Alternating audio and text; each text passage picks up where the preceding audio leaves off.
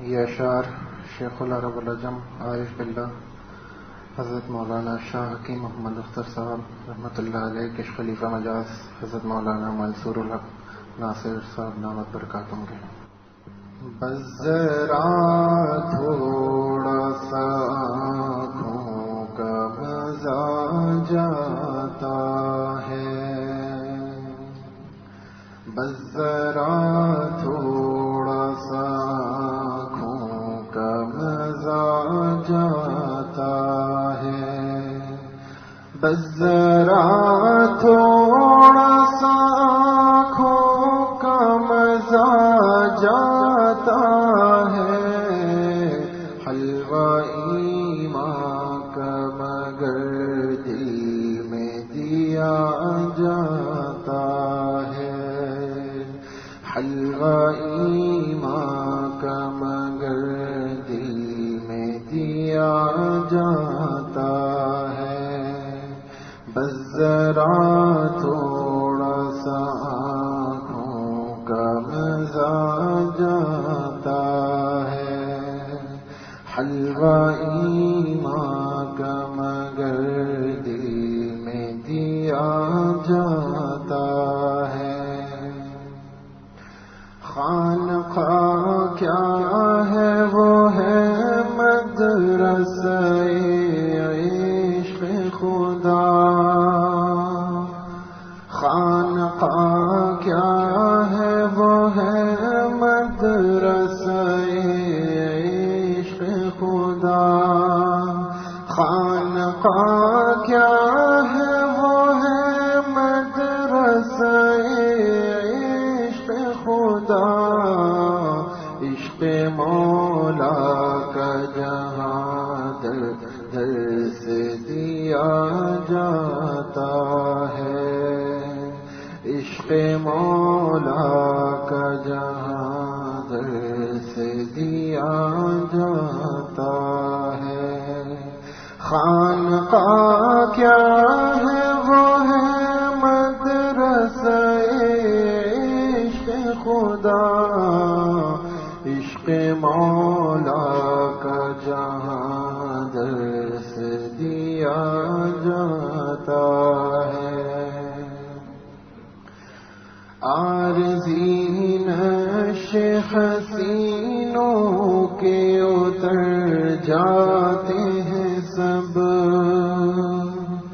عارضی نش حسینوں کے اتر جاتے ہیں سب، عارضی نش حسینوں کے اتر جاتے ہیں سب، جام جب عشق الہی کا پیا جاتا ہے، جام جب عشق الہی کا پیا جاتا ہے، عارضی نش حسینوں کے اتر جاتے ہیں سب، جام جب عشق الہی کا پیا جاتا ہے. کرتا ہے جس طرح ہر شخص بے پار گوئی، کرتا ہے جس طرح ہر شخص بے پار کوئی، کرتا ہے جس طرح ہر شخص بے پار کوئی، عشق حق کا بھی بے پار کیا جاتا ہے، عشق حق کا بھی بے پار کیا جاتا ہے. بدنگاہی سے ہٹا سایہ رحمت جو ہی، بدنگاہی سے ہٹا سایہ بدنگاہی سے ہٹا سایہ رحمت جو ہی نفس کی گود میں پھر رقص کیا جاتا ہے، نفس کی گود میں پھر رقص کیا جاتا ہے۔ بدنگاہی سے ہٹا سایہ رحمت جو ہی نفس کی گود میں پھر رقص کیا جاتا ہے، نفس کی گود میں پھر رقص کیا جاتا ہے۔ بنتا ہے عاشق حق، کرتا ہے بد نظری بھی، بنتا ہے عاشق حق، کرتا ہے بد نظری بھی، بنتا ہے عاشق حق، کرتا ہے بد نظری بھی، بنتا ہے عاشق حق، کرتا ہے بد نظری بھی، مرنے والوں پہ ارے کیوں تو مرا جاتا ہے، مرنے والوں پہ ارے کیوں تو مرا جاتا ہے، بنتا ہے عاشق حق، کرتا ہے بد نظری بھی، مرنے والوں پہ ارے کیوں تو مرا جاتا ہے، بس ذرا تھوڑا سا آنکھوں کا مزہ جاتا ہے، حلوہ ایمان کا مگر دل میں دیا جاتا ہے، جام جام جب عشق الہی کا دیا جاتا ہے۔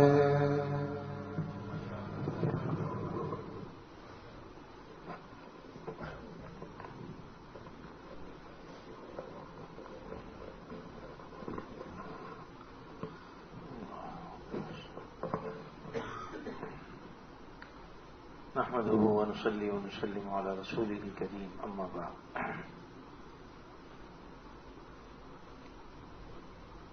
شیخ الحدیث مولانا منصور حق صاحب کا کلام آپ سن رہے تھے، جو ہمارے حضرت والا کے مجاز بیعت بھی ہیں۔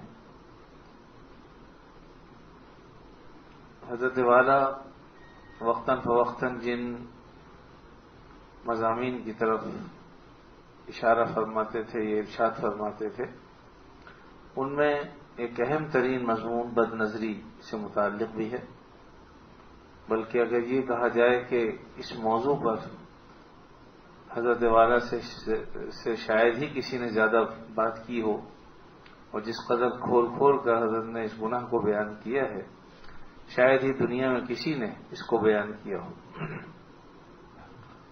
اور یقیناً یہ ایک بڑا گناہ ہے جس میں ابتلا بھی عام ہے، اور یہ ایسا ابتلا ہے کہ کیا نیک کیا بد، کیا عوام کیا خواص، اچھے اچھے اور کیا جوان کیا بوڑھے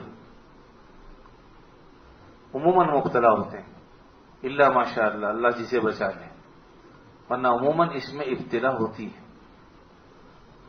اس لیے ہمارے حضرت والے فرمایا کرتے تھے کہ جو بھینس اٹھا لے وہ بکری بھی اٹھا سکتا ہے، بھینس کوئی اگر اٹھا لیتا ہے تو بکری اٹھانا اس کے لیے کیا مشکل ہے۔ تو اگر بد نظری سے کوئی آدمی بچ جائے تو یہ ہے بڑا گناہ، تو انشاءاللہ باقی گناہوں سے بھی بچ جائے گا وہ، کیونکہ اس میں ابتلا عام ہے۔ تو حقیقت یہی ہے، اور نبی کریم صلی اللہ علیہ وسلم نے بھی اس میں جو ایک حدیث بیان فرمائی پہلے شعر میں، اسی کی طرف اشارہ ہے۔ حدیث میں آتا ہے کہ جو شخص اپنی نظروں کی حفاظت کرے، پھر اچانک اس کی نظر کسی نامحرم پر پڑ جائے اور اللہ کے خوف سے وہ اپنی نظر کو واپس لے آئے، یعنی اچانک نظر پڑ گئی لیکن پھر اس نے ہٹا دی، تو اس پر حلاوت ایمانی اس کو نصیب ہوتی ہے۔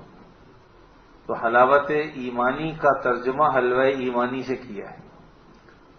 اصل حقیقت بھی یہی ہے کہ حلاوت، حلوہ میٹھی چیز کو کہتے ہیں۔ ہمارے ہاں تو صرف سوجی کے حلوے کو یا اور جو اس قسم کی چیزیں ہوتی ہیں اس کو حلوہ کہتے ہیں، لیکن عربی میں ہر میٹھی چیز کو حلاوہ کہتے ہیں، حتیٰ کہ چاکلیٹ بھی اگر کوئی دے رہا تو اس کو بھی حلاوہ کہتے ہیں۔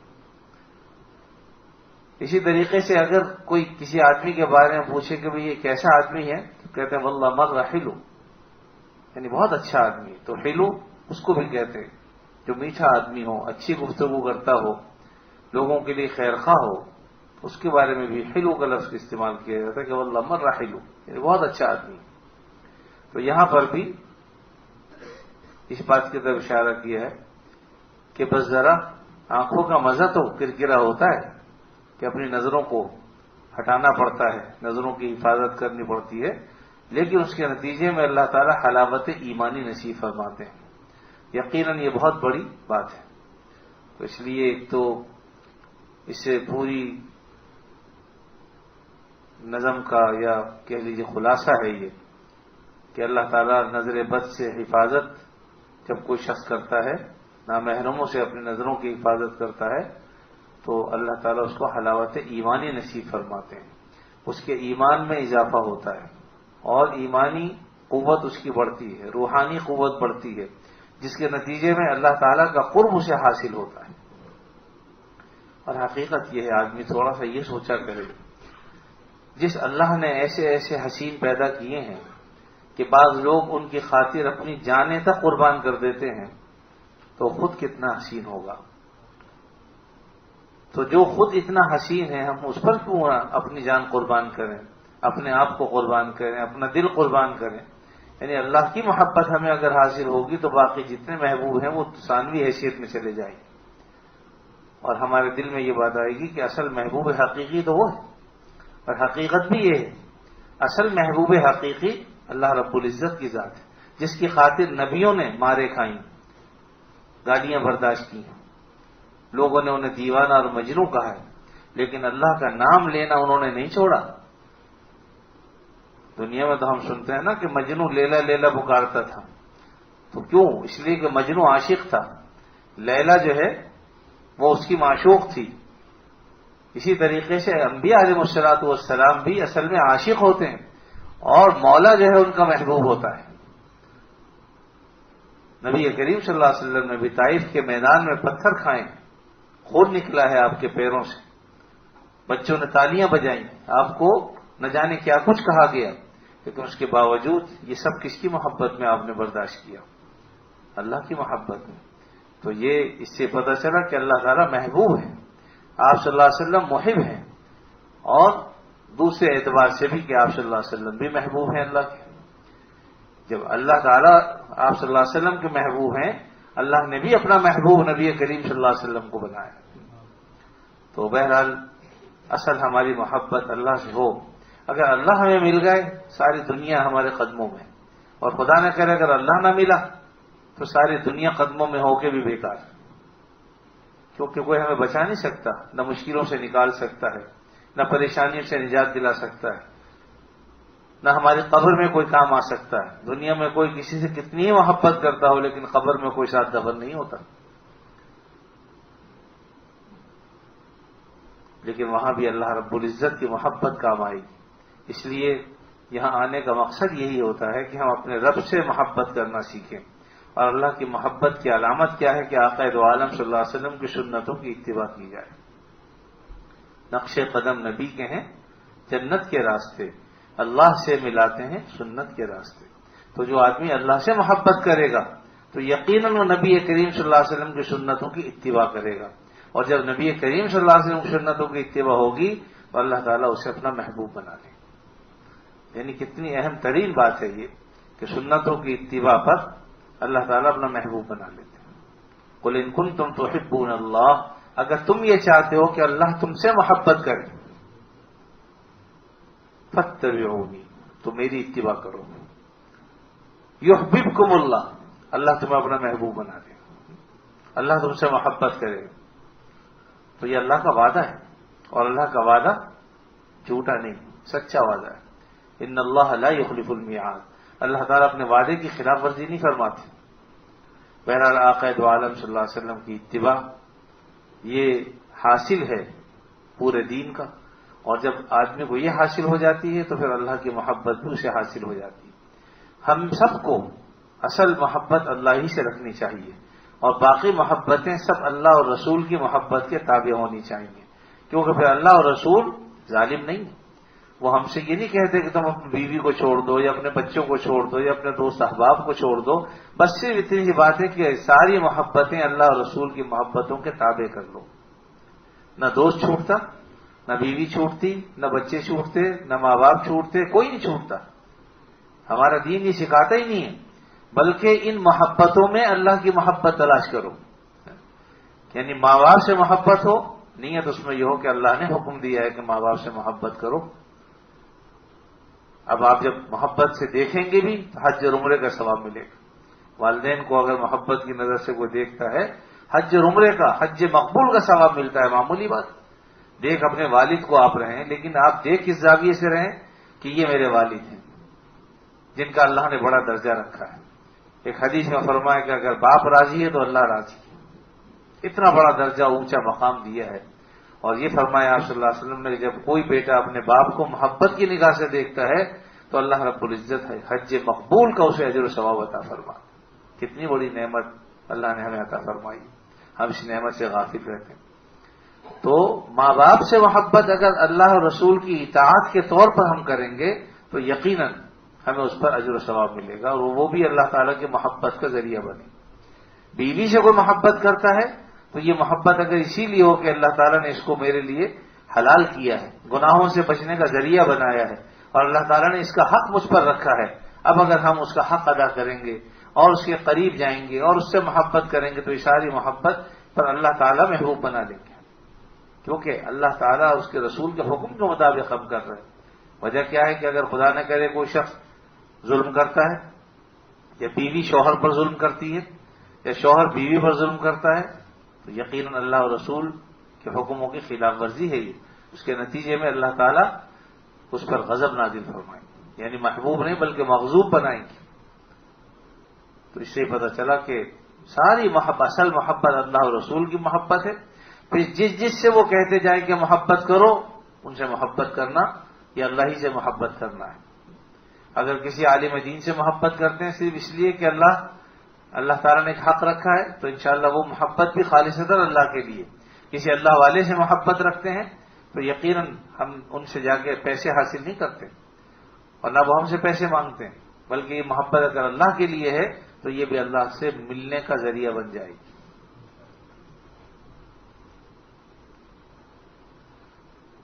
ان سے ملنے کی ہے بس یہی اقرا، ملنے والوں سے راہ پیدا کر. ان سے ملنے کی ہے یہی اقرا، ملنے والوں سے راہ پیدا کر. اللہ کو اگر پانا چاہتے ہو تو اس کا ایک ہی راستہ ہے کہ جو اللہ سے ملتے ہیں، جن کے تعلقات اللہ سے ہیں، جن کا تعلق اللہ سے قوی ہے، تم ان سے اپنا تعلق قوی کر لو. تو ان سے ملنے کی ہے یہی اقرا، ملنے والوں سے راہ پیدا کر. انشاءاللہ اللہ تعالیٰ کی محبت حاصل ہوگی. بہرحال یہ تو کلام آپ نے سنا تھا شیخ منصور الحق صاحب کا دامت برکاتہ، تو اس پر میں نے چند باتیں عرض کر دی. آج ایک بات یہ عرض کرنی تھی کہ ہم نے اپنی معاشرت کو بڑا سخت بنا لیا. سادہ معاشرت نہیں ہے ہماری، نہ سادگی والی زندگی ہے، بلکہ سچی بات یہ ہے کہ اس زمانے میں تو صحابہ کرام جیسی زندگی کا تصور بھی محال، ناممکنات میں سے سمجھا جاتا ہے. ایک واقعہ میں پڑھ رہا تھا حضرت عروہ بن زبیر رضی اللہ تعالیٰ عنہ کا. وہ فرماتے ہیں کہ ہم بیت اللہ کا طواف کر رہے تھے، اور اس طواف میں حضرت عبداللہ بن عمر رضی اللہ تعالیٰ عنہ موجود تھے. دوران طواف میں نے حضرت عبداللہ بن عمر کو، یعنی اتنا سادہ عمل تھا یہ، پیغام دیا کہ میں آپ کی بیٹی سے نکاح کرنا چاہتا ہوں۔ حضرت عروہ بن زبیر پیغام دے رہے ہیں عبداللہ ابن عمر رضی اللہ تعالیٰ عنہ کی صاحبزادی کے لیے دوران طواف۔ حضرت عبداللہ ابن عمر نے ان کو کوئی جواب نہیں دیا، تو انہوں نے دل میں سوچا کہ ان کا خاموش رہنا شاید انکار کی علامت ہے، اور پھر دل میں قسم کھا لی کہ واللہ میں آئندہ ان سے اس موضوع پر کبھی گفتگو نہیں کروں گا۔ بہرحال طواف سے فارغ ہوئے اور عبداللہ بن عمر مدینہ منورہ تشریف لے گئے ان سے پہلے۔ بعد میں یہ مدینہ منورہ پہنچے حضرت عروہ بن زبیر، اور نبی کریم صلی اللہ علیہ وسلم کی خدمت میں حاضر ہوئے اور جا کر سلام عرض کیا، اور جس درجے بھی خدمت کی کوشش کر سکتے تھے آپ کی خدمت بھی کی۔ اس کے بعد پھر حضرت عبداللہ بن عمر رضی اللہ تعالیٰ عنہ سے ملنے کے لیے تشریف لے گئے، تو انہوں نے بھی اچھے طریقے سے ان سے ملاقات کی، اور پھر فرمایا کہ بھئی ہم طواف کر رہے تھے اور تم نے اس وقت جو ہے وہ میری بیٹی کے بارے میں رشتہ مانگا، تو ہم تو اللہ تعالیٰ سے ملاقات کا تصور سجا رہے تھے، یعنی اللہ تعالیٰ کا استحضار جمانے کی کوشش کر رہے تھے، اور تم نے یہ عمل کیا، تو کیا تم یہ بات بعد میں کسی اور وقت نہیں کر سکتے تھے؟ حضرت عروہ نے فرمایا کہ اللہ کو ایسا ہی مقدر تھا، اس لیے ایسا ہو کر رہا، یعنی یہ معاملہ تو ہو چکا۔ تو حضرت عبداللہ ابن عمر نے فرمایا کہ اچھا اب کیا ارادہ ہے؟ فرمایا کہ اب تو پہلے سے بھی زیادہ تقاضا ہے۔ تو آپ نے دونوں بیٹوں کو بلایا، اپنے حضرت سالم کو اور حضرت عبداللہ کو، اور بلا کے اپنی بیٹی کا نکاح ان سے کر دیا۔ اور یہ ایک سادگی کی بات میں کر رہا ہوں کہ اتنا آسان معاملہ تھا یہ، جو آج ہمارے ہاں تو انتہا درجے مشکل ہے، اور کوئی آدمی ڈائریکٹ بات کر لے تو نہ جانے اس کو کتنی بے حیائی کا طعنہ دیا جاتا ہے کہ صاحب جی کیسا آدمی، اس نے تو بڑی بے عزتی کر دی۔ لیکن دین اور شریعت ہماری اتنی آسان ہے، اور اتنا آسان ہے کہ ایک عام آدمی بھی اگر چاہے تو وہ رشتہ اور پیغام بھیج سکتا ہے، کہہ سکتا ہے۔ یہ بہرحال بے تکلفی تھی اس زمانے میں۔ اور پھر اس کے بعد شادی بیاہ، یوں سمجھ لیجیے کہ بعض لوگ تو انتہا درجے سادگی ایسے ہی کرتے تھے کہ اس کا تصور بھی اس زمانے میں تو شاید ممکن ہی نہیں، ناممکن۔ حضرت سعید بن المسیب رحمۃ اللہ علیہ بڑے درجے کے، اونچے درجے کے تابعی، اور اس سے اندازہ لگا لیجیے کہ حضرت ابو ہریرہ رضی اللہ تعالیٰ عنہ ان کے خسر۔ حضرت عمر فاروق رضی اللہ تعالیٰ عنہ کی خلافت کے دوسرے سال پیدا ہوئے، 75 سال زندہ رہے، سن 94 ہجری میں ان کا انتقال ہوا، اور بڑے بڑے اجل صحابہ کرام کی صحبتیں انہوں نے اٹھائی ہیں، اور بہت سی روایتیں سیدنا ابو ہریرہ رضی اللہ تعالیٰ عنہ سے بھی انہوں نے روایت کی ہیں، کیونکہ حضرت ابو ہریرہ حافظ الحدیث تھے، سب سے زیادہ روایات احادیث کی انہوں نے آپ صلی اللہ علیہ وسلم سے بیان کی ہیں، اور وجہ اس کی ظاہر تھی کہ انہوں نے اپنا تن من دھن سب آپ صلی اللہ علیہ وسلم کو قربان کر رکھا تھا۔ لوگ اپنے کاروبار کے لیے جاتے تھے، تجارت کے لیے جاتے تھے، لیکن یہ آپ کے در کو نہیں چھوڑتے تھے، آپ کے ساتھ ہی رہتے تھے، لہذا کثرت کے ساتھ آپ صلی اللہ علیہ وسلم کی باتیں سننے کا انہیں موقع ملا۔ اور پھر حضرت سعید بن مسیب رحمۃ اللہ علیہ جو بڑے اونچے درجے کے، تو ان کے بارے میں ایک صحابی فرماتے ہیں کہ اگر نبی کریم صلی اللہ علیہ وسلم کے زمانے میں یہ ہوتے اور آپ صلی اللہ علیہ وسلم انہیں دیکھتے تو بہت خوش ہوتے، اس درجے کے۔ اور نیکی اور تقوی کا یہ حال تھا کہ 40 سال تک ایک نماز بھی ایسی نہیں تھی کہ جو انہوں نے مسجد میں ادا نہ کی ہو۔ تو اونچے درجے کے تقوی والے متقی انسان تھے، اور اپنے زمانے میں تکالیف بھی بہت اٹھائیں حکمرانوں کے ذریعے، خاص طور پر جب عبد الملک حاکم ہوا، جیسے پہلے مروان بن حکم کا دور تھا، تو اس نے عبد الملک کو خلیفہ بنا دیا۔ عبد الملک اور عبد العزیز دونوں بھائی تھے ان کو، تو عبد الملک جب اس کا مروان کا انتقال ہو گیا تو عبد الملک کی نیت میں فطور آیا، تو اس نے سوچا کہ میں اپنے بھائی عبد العزیز کو معزول کر کے اپنے دونوں بیٹوں کو جو ہے وہ متعین کر دوں، خلیفہ نامزد کر دوں یا ولی عہد اپنا بنا لوں۔ لیکن پھر بعض لوگوں نے کہا کہ ایسا نہ کرو، چنانچہ یہ باز آ گیا اپنے ارادے سے، لیکن اللہ تعالیٰ کی طرف سے قدرت ایسی کہ عبدالعزیز کا کچھ ہی دنوں میں جلد انتقال ہو گیا، تو اس راستہ اس کو صاف مل گیا. اس نے اپنے دونوں بیٹوں کو پھر ولی عہد نامزد کر دیا اور ان کے لیے بھی اس نے بیعت لی. چنانچہ مدینے کا جو گورنر تھا اس کو اس نے کہا کہ اہل مدینہ سے دونوں بیٹوں کے لیے تم بیعت لے لو. حضرت سعید بن مسیب رحمۃ اللہ علیہ کے پاس بھی یہ پیغام پہنچا کہ تمہیں گورنر مدینہ جو ہے وہ بلا رہے ہیں تاکہ عبد الملک کے دونوں بیٹوں کے لیے تم سے بیعت لی جا سکے. تو حضرت سعید بن مسیب تشریف لائے اور آپ نے فرمایا کہ میں عبد الملک کے ہوتے ہوئے کسی اور کی بیعت نہیں کر سکتا، صاف منع کر دیا. اور ان کا منع کرنے کا مطلب یہ تھا کہ مدینے میں ایک ہاتھ بھی بیعت کے لیے نہ بڑھے. چنانچہ اس نے سخت سزائیں بھی دی، حتیٰ کہ کوڑوں سے ان کو پٹوایا.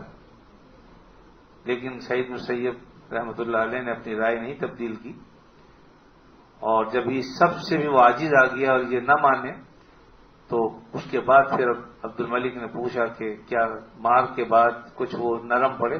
فرمایا کہ واللہ اب تو وہ اور بھی زیادہ سخت ہو گئے اور وہ اس معاملے میں باز نہیں. تو دیکھیے حکمرانوں کا ہمیشہ ایک طریقہ رہا ہے. انہوں نے پہلے سختی کی، سختی سے باز نہیں آئے تو اب انہوں نے دوسرا جال بچھایا. اور چونکہ اس کے دو بیٹے تھے یہ، تو گورنر مدینے کو کہا کہ تم سعید بن مسیب کے پاس جاؤ، ان کی جو بیٹی ہے کہو کہ میں اپنے بیٹے سے اس کا نکاح کرنا چاہتا ہوں، تو میرے بیٹے کو شرف دامادی بخش دیجیے. تو انہوں نے کہا، ہشام نام تھا ان کا، ہشام بن اسماعیل غالباً، انہوں نے کہا کہ وہ نہیں مانیں گے. لیکن اس نے مجبور کیا تو پھر یہ گئے، ادھر ادھر کی باتیں کرتے رہے، اور کرنے کے بعد پھر کہا کہ آپ جانتے ہیں کہ خلیفہ عبد الملک اپنے بیٹوں کی جہاں بیعت لینا چاہتے ہیں وہاں یہ بھی چاہتے ہیں کہ آپ اپنی بیٹی صاحبزادی ان کے ایک بیٹے سے اس کا عقد کر دیں. اور سعید سخت ناراض ہوئے، فرمائے کہ دونوں کام نہیں ہو سکتے، نہ میں بیعت کر سکتا اور نہ اپنی بیٹی اس کو دوں گا.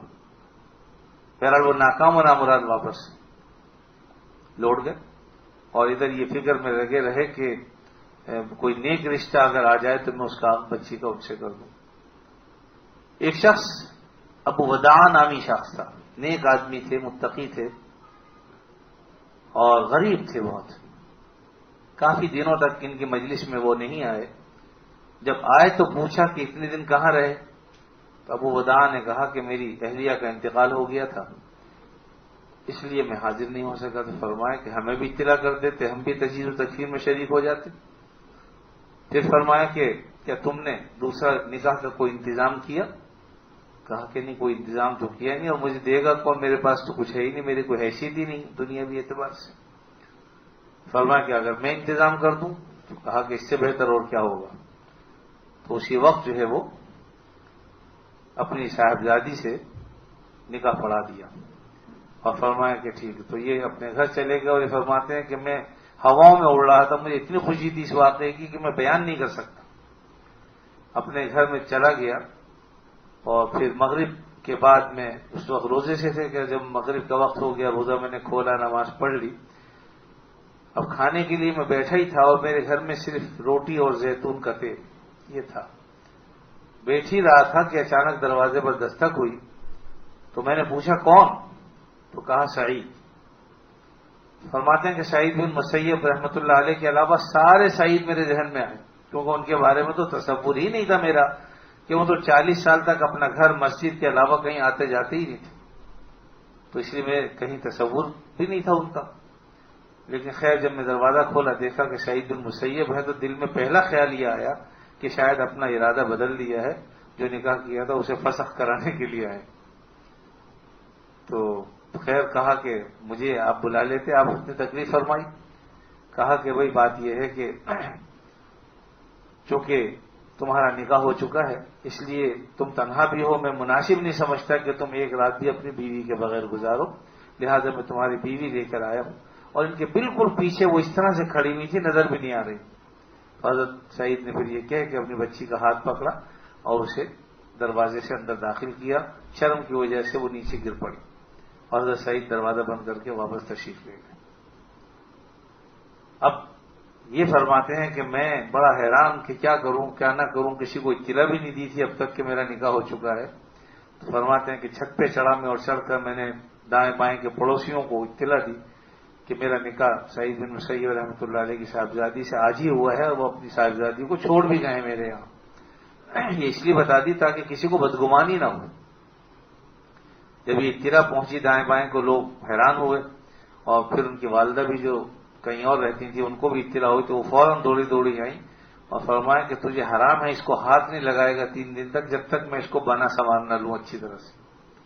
تو فرماتے ہیں کہ 3 دن تک میں جو ہے وہ انتظار کیا میں نے، اور 3 دن کے بعد پھر میں اپنی اہلیہ کے پاس گیا تو میں نے ہر اعتبار سے یعنی حسن و جمال کے اعتبار سے بھی انتہائی حسین پایا اور دین کے اعتبار سے بھی اپنے شوہر کی انتہا درجے کی قدردانی کرنے والی پایا.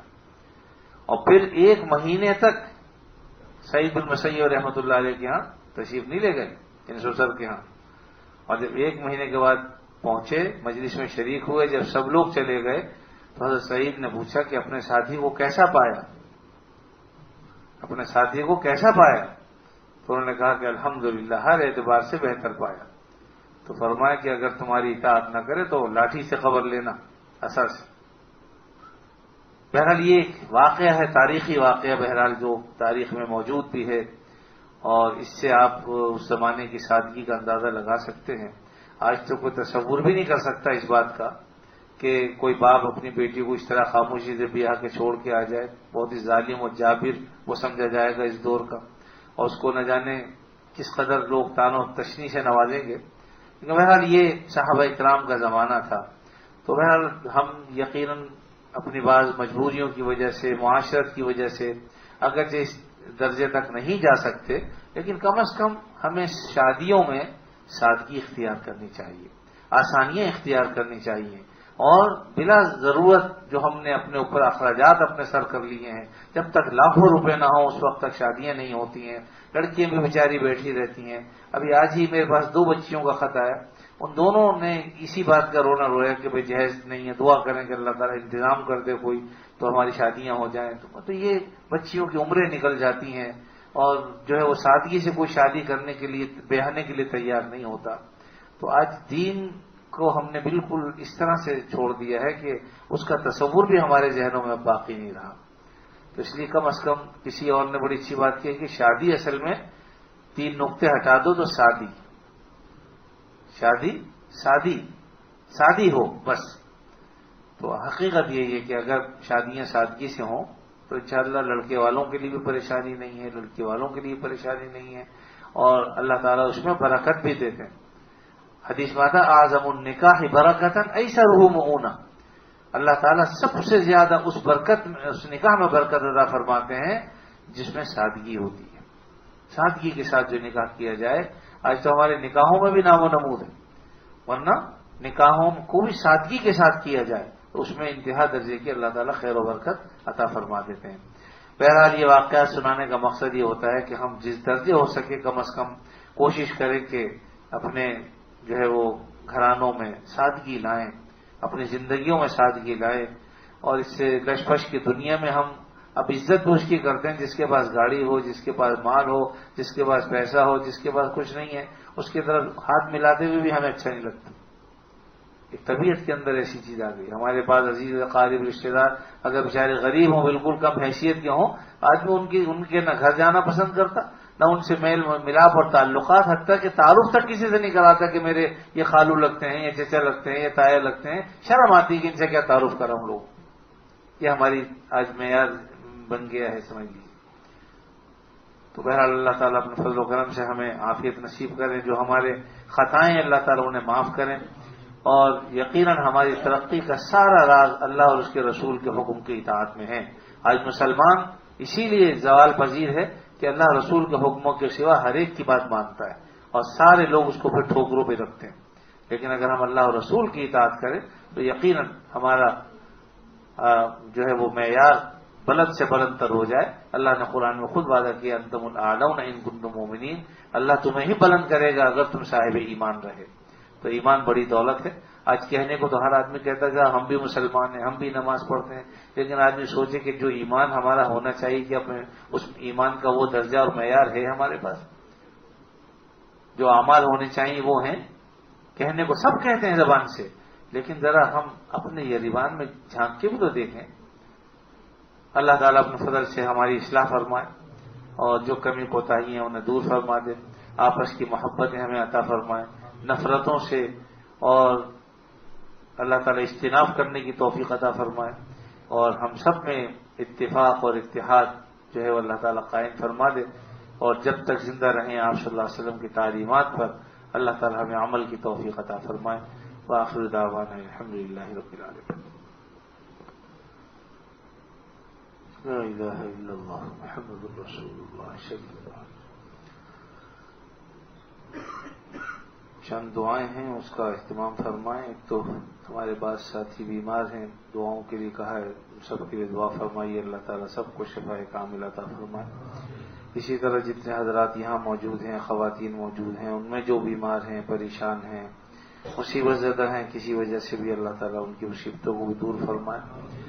اور ایسے ہی ہمارے بھائی ناصر شاہ، ان کے آفس پر بھی آج کچھ لوگوں نے گولیاں برسائی ہیں، تو یقیناً اپنی ناپسندیدہ سرگرمیوں میں مصروف ہیں اور ناجائز مطالبات ہیں.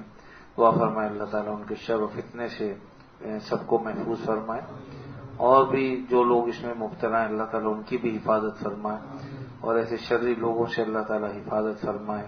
ان کو اولاً ہدایت عطا فرمائے، ہدایت نصیب میں نہیں تو ایسے لوگوں کو اللہ تعالیٰ تباہ و برباد فرمائے. اسی طرح ایک خاتون ہیں جو پریشان ہیں اس سلسلے میں کہ ان کی عمر نکلتی جا رہی ہے، پیغام اور رشتے وغیرہ نہیں آتے، اور اسی طرح مالی مسائل اور دیگر پریشانیاں ہیں، ان کے لیے بھی دعا فرمائی. اللہ تعالیٰ ان کی پریشانی دور فرما دے. یہ خاتون آسیہ سلطانہ ہیں بنگلہ دیش میں، اور ان کے دونوں گردے جو ہیں وہ تقریباً ناکارہ ہو چکے ہیں، اور آج ہی وہ مدراس سے ڈاکٹر کو دکھا کر واپس آئی ہیں. ان کے لیے بھی دعا کریں اللہ تعالیٰ انہیں اپنے فضل سے صحت کاملہ عطا فرما دے. الحمدللہ رب العالمین والعاقبۃ للمتقین والصلاۃ والسلام علی رسولہ الکریم سیدنا مولانا محمد وعلی آلہ واصحابہ اجمعین. اے اللہ اپنے فضل خاص سے ہمارے گناہوں کو معاف فرما، ہمیں عافیت نصیب فرما، ہر شر سے فتنے سے اللہ ہماری حفاظت فرما. یہ زمانہ جو موجودہ زمانہ فتنوں کا زمانہ ہے یا اللہ، اور فتنے ٹوٹ ٹوٹ کر گر رہے ہیں یا اللہ، ایک سے سنبھل نہیں پاتے کہ دوسرا فتنہ پیدا ہو جاتا ہے. اپنا فضل فرما دے. اے اللہ ہم بہت کمزور ہیں، اے اللہ ہمارا ایمان بھی کمزور ہے، اے اللہ ہمارے جسم بھی کمزور ہیں. اپنا فضل فرما دیجئے. اے اللہ آپ کی مدد درکار ہے، اے اللہ اپنے آپ کی مدد درکار ہے. یا اللہ ہم کمزور ہیں، ہماری مدد فرما. اے اللہ اپنے فضل و کرم سے ہم پر رحم فرما. آپ کے سوا ہمارا کوئی ماوا نہیں، کوئی ملجا نہیں، کوئی ٹھکانہ نہیں، کوئی در نہیں. آپ ہی ہمارے رب ہیں. اے اللہ سارے معاملات میں ہماری مدد فرمائیے. اے اللہ سارے معاملات میں ہماری مدد فرمائیے. اے اللہ ہمیں ہمارے نفس کی اور غیروں کے حوالے نہ فرما. اے اللہ ہمیں شیطان کے حوالے نہ فرما. یا اللہ ہمیں لوگوں کے حوالے نہ فرما. اے اللہ ہم تیرے بندے ہیں، اے اللہ ہم تیرے بندے ہیں، کمزور ہیں، عاجز ہیں، تیرے نبی کے امتی ہیں. اپنا فضل فرما دے، اپنا کرم فرما دے. اے اللہ ہمارے حال پر اپنا کرم فرما دے. اے اللہ ہم کمزور ہیں ہر اعتبار سے. اے اللہ دینی اعتبار سے بھی قوی فرما دے، روحانی اعتبار سے بھی قوی فرما دے، جسمانی اعتبار سے بھی قوی فرما دے. یا اللہ آج دشمن بڑھ چڑھ کر ہم پر حملہ کر رہے ہیں، اور ہم اس حال میں ہیں کہ چاہیں تو جواب بھی دے سکتے ہیں، لیکن کمزور ایمان کی وجہ سے اے اللہ ہم انہیں جواب بھی نہیں دے سکتے. یا اللہ اپنا فضل فرما دے، ہم میں ایمانی قوت پیدا فرما دے، ایمانی طاقت ہمیں عطا فرما دے. یا اللہ اپنا فضل فرما دے، کرم فرما دے. ہمیں پھر سے کوئی سیدنا عمر فاروق جیسا لیڈر عطا فرما دے. اے اللہ امیر المومنین عطا فرما دے. یا اللہ ہمارے اعمال ایسے کر دے کہ ہم پر کوئی سیدنا عمر فاروق جیسا امیر حاکم آ جائے. اے اللہ جو عدل و انصاف سے کام لے. اے اللہ اپنا فضل فرما دے اور کرم فرما دے. اے اللہ پورے ملک میں جو جاری جو بدامنی ہے اسے دور فرما دے، قتل و غارت گری ہے اسے دور فرما دے. اے اللہ بم دھماکے اور دیگر جو اس طرح کے واقعات پیش آ رہے ہیں اپنے فضل و کرم سے رحم فرما دے، کرم فرما دے، ایسے لوگوں کو یا اللہ ہدایت عطا فرما دے، اے اللہ ہدایت عطا فرما دے، اور ہدایت اگر ان کے نصیب میں نہیں تو ایسے ظالموں کو تباہ و برباد فرما دے، وہ جو بھی ہوں، جس جماعت سے بھی ہوں، جس مسلک سے بھی ہوں، اے اللہ آپ جانتے ہیں، ظالموں کو چن چن کر اے اللہ آپ اپنے فضل و کرم سے ہلاک فرما دیجئے، اے اللہ ان ظالموں سے ہمیں نجات عطا فرما دیجئے، اے اللہ جو ظلم و بربریت کا بازار گرم کیے ہوئے ہیں، اے اللہ اپنا فضل فرما دیجئے، جو بھی بے گناہ ہیں اور مظلومانہ طور پر مارے جا رہے ہیں، یا اللہ اپنے فضل و کرم سے ان کی مغفرت فرما دے، مسلمانوں کی مغفرت فرما دے، اے اللہ مسلمانوں کی مغفرت فرما دے، اے اللہ اپنے فضل و کرم سے ہم پر رحم فرما، اے اللہ اپنے فضل و کرم سے ہم پر رحم فرما، اے اللہ ہماری دستگیری فرما، اے اللہ جب تک زندہ رہیں آپ صلی اللہ علیہ وسلم کی تعلیمات پر عمل کی توفیق عطا فرما، ہمارے بیماروں کو شفا عطا فرما، آسیہ سلطانہ صاحبہ کو شفا عطا فرما دے، اسی طریقے سے اور بہت سے لوگوں نے ہم سے دعاؤں کے لیے کہا ہے لیکن ان کے نام اس وقت ذہن میں نہیں ہیں، لیکن آپ جانتے ہیں یا اللہ جس نے بھی کہا ہے اپنے فضل خاص سے سب کو شفائے کامل عاجل عطا فرما، سب کو شفائے کامل عاجل عطا فرما، اے اللہ ہم خود بھی بیمار ہیں، جسمانی اعتبار سے بھی روحانی اعتبار سے بھی، یا اللہ اپنے فضل و کرم سے شفا عطا فرما دے، صحت عطا فرما دے، اپنی ذات کے سوا کسی کا محتاج نہ بنا، کسی کے آگے ذلیل نہ فرما، کسی کے آگے رسوا نہ فرما، اے اللہ ہماری پردہ پوشیاں فرما، اے اللہ ہماری پردہ پوشیاں فرما، اے اللہ ہماری پردہ پوشیاں فرما، دنیا میں بھی ہمیں کسی کے سامنے ذلیل نہ فرمائیے اور آخرت میں بھی یا اللہ کسی کے سامنے رسوا نہ فرمائیے، آپ نے کرم فرمایا یقیناً اب تک آپ نے ہماری پردہ پوشیاں فرمائی ہیں، یا اللہ آگے بھی پردہ پوشیاں فرمائیے، اے اللہ ہمیں اپنے دامن رحمت میں چھپا لے، اے اللہ اپنے دامن رحمت میں چھپا لے، اے اللہ اپنے دامن رحمت میں چھپا لے، یا اللہ اپنا فضل فرما دے اور کرم فرما دے، عافیت نصیب فرما دے۔ ہمارے بعض دوست ایسے ہیں کہ وہ سونار کا کام کرتے ہیں، ان کے کارخانے میں جو ہے وہ ڈکیتی ہوئی اور تقریباً 60-70 لاکھ روپے جو ہے وہ مال بھی لوٹ کے لے گئے۔ اب جن کا وہ مال تھا دکانداروں کا، وہ ان کو پریشان کر رہے ہیں، دعا فرمائے اللہ تعالیٰ ان کے دلوں کو نرم فرما دے، ان کا جو مال ضائع ہوا اللہ اپنے فضل سے واپس لوٹا دے، اللہ عافیت کے معاملے فرما دے، خیر کے معاملے فرما دے، غیب سے انتظام فرما دے، اور بھی جو لوگ پریشان ہیں اس معاملے میں یا اللہ سب کی پریشانیاں دور فرما دے، اللہ آپ تو رب العالمین ہیں، اپنا فضل فرمائیے، سب پر رحم فرما دیجئے، اللہ جس کی جو مشکل حل فرما دے، آپ تو کریم ہیں، اے اللہ رحم فرما دیجئے، آپ کے سوا کون ہے خطاؤں کو بخشنے والا، اے اللہ کون ہے خطاؤں کو بخشنے والا، اے اللہ کون ہے خطاؤں کو بخشنے والا، ہم پر رحم فرما دیجئے، ہمارے گھروں کو یا اللہ اپنے فضل خاص سے عافیت والا بنا دیجئے، اے اللہ خیریں عطا فرمائیے۔ بعض ہمارے دوست احباب کے یہاں مسائل چل رہے ہیں میاں بیویوں کے درمیان، دعا فرمائیے اللہ تعالیٰ ان میں آپس میں محبت پیدا فرما دے، اے اللہ گھروں کو قائم و دائم فرما، اے اللہ اپنے فضل سے آپس کی محبتیں عطا فرما، اے اللہ جو تکلیفیں ہیں دکھ ہیں انہیں دور فرما دے، اے اللہ غلطیاں جس کی بھی ہوں اپنے فضل و کرم سے انہیں اپنی غلطیوں کا جائزہ لینے کی توفیق عطا فرما کر اے اللہ باہم محبتیں عطا فرما دے، اے اللہ ساس اور بہو میں محبت پیدا فرما دے، نند اور بھاوج میں محبت پیدا فرما دے، گھر کی خواتین میں اللہ محبت پیدا فرما دے، گھر کے مردوں میں محبت پیدا فرما دے، اے اللہ باپ اولاد اور والدین کے درمیان محبت پیدا فرما دے، یا اللہ اپنے فضل خاص سے رحم فرما اور کرم فرما، اے اللہ ہمیں اپنی اولاد کی صحیح تربیت کرنے کی توفیق عطا فرما دے، جو کمی کوتاہیاں ہیں انہیں دور فرما دے، اے اللہ ہم سے بہت سو دعاؤں کے لیے کہا ہے، اے اللہ ہمیں تو یہ بھی یاد نہیں کہ کس نے کیا کیا کہا، لیکن آپ سے کچھ پوشیدہ نہیں، اپنے فضل خاص سے سب کی جائز حاجتیں پوری فرما دے، سب کی جائز ضرورتیں پوری فرما دے، ہماری مائیں بہنیں بیٹیاں جو یہاں آتی ہیں یا اللہ اپنے فضل و کرم سے تو انہیں بھی قبول فرما لے، اپنا بنا لے، یا اللہ اپنے فضل و کرم سے اپنے وقت کی رابعہ بشریہ بنا دے، حضرت عائشہ جیسی بنا دے، اور دیگر یا اللہ جو خواتین اسلام گزری ہیں اے اللہ ان کی خادماؤں میں سے بنا دے، اے اللہ اپنے فضل و کرم سے کام لے لیجئے، دین کا کام لے لیجئے، یا اللہ اسی طرح ہم سے بھی کام لے لیجئے، ہم تیرے بندے ہیں، عافیت کے ساتھ خیر کے ساتھ اے اللہ ہم نے دین پر استقامت عطا فرما، مرتے دم تک اے اللہ دین پر استقامت عطا فرما۔ اے اللہ جو لوگ حق کے لیے کام کر رہے ہیں، سچ کے لیے کام کر رہے ہیں، اے اللہ وہ دینی جماعتیں ہوں، انفرادی طور پر لوگ کام کر رہے ہوں، سب کی مدد فرما۔ اے اللہ اپنے فضل و کرم سے ہمارے ملک سے افتراق و انتشار کو ختم فرما دے۔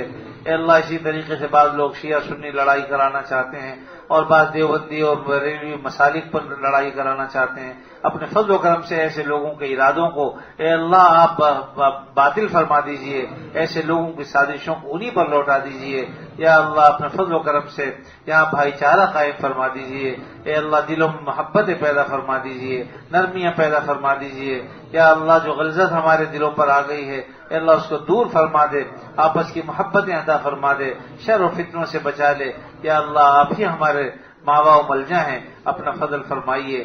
اے اللہ جو ہمارے عزیز اقارب رشتہ دار والدین دنیا سے جا چکے ان سب کی مغفرت فرما، ان کے درجات کو بلند فرما۔ رب ارحمہما کما ربیانی صغیرا، رب ارحمہما کما ربیانی صغیرا، رب ارحمہما کما ربیانی صغیرا، رب اغفر لی ولوالدی، ربنا اغفر لی ولوالدی وللمؤمنین یوم یقوم الحساب، ربنا اغفر لی ولوالدی وللمؤمنین یوم یقوم الحساب، ربنا اغفر لی ولوالدی وللمؤمنین یوم یقوم الحساب۔ یا اللہ ہم پر رحم فرما، کرم فرما، ہماری جائز حاجتیں پوری فرما، اللہ ضرورتیں پوری فرما۔ یا اللہ ہماری جو جائز تمنائیں ہیں اپنے فضل خاص سے انہیں پورا فرما دیجئے۔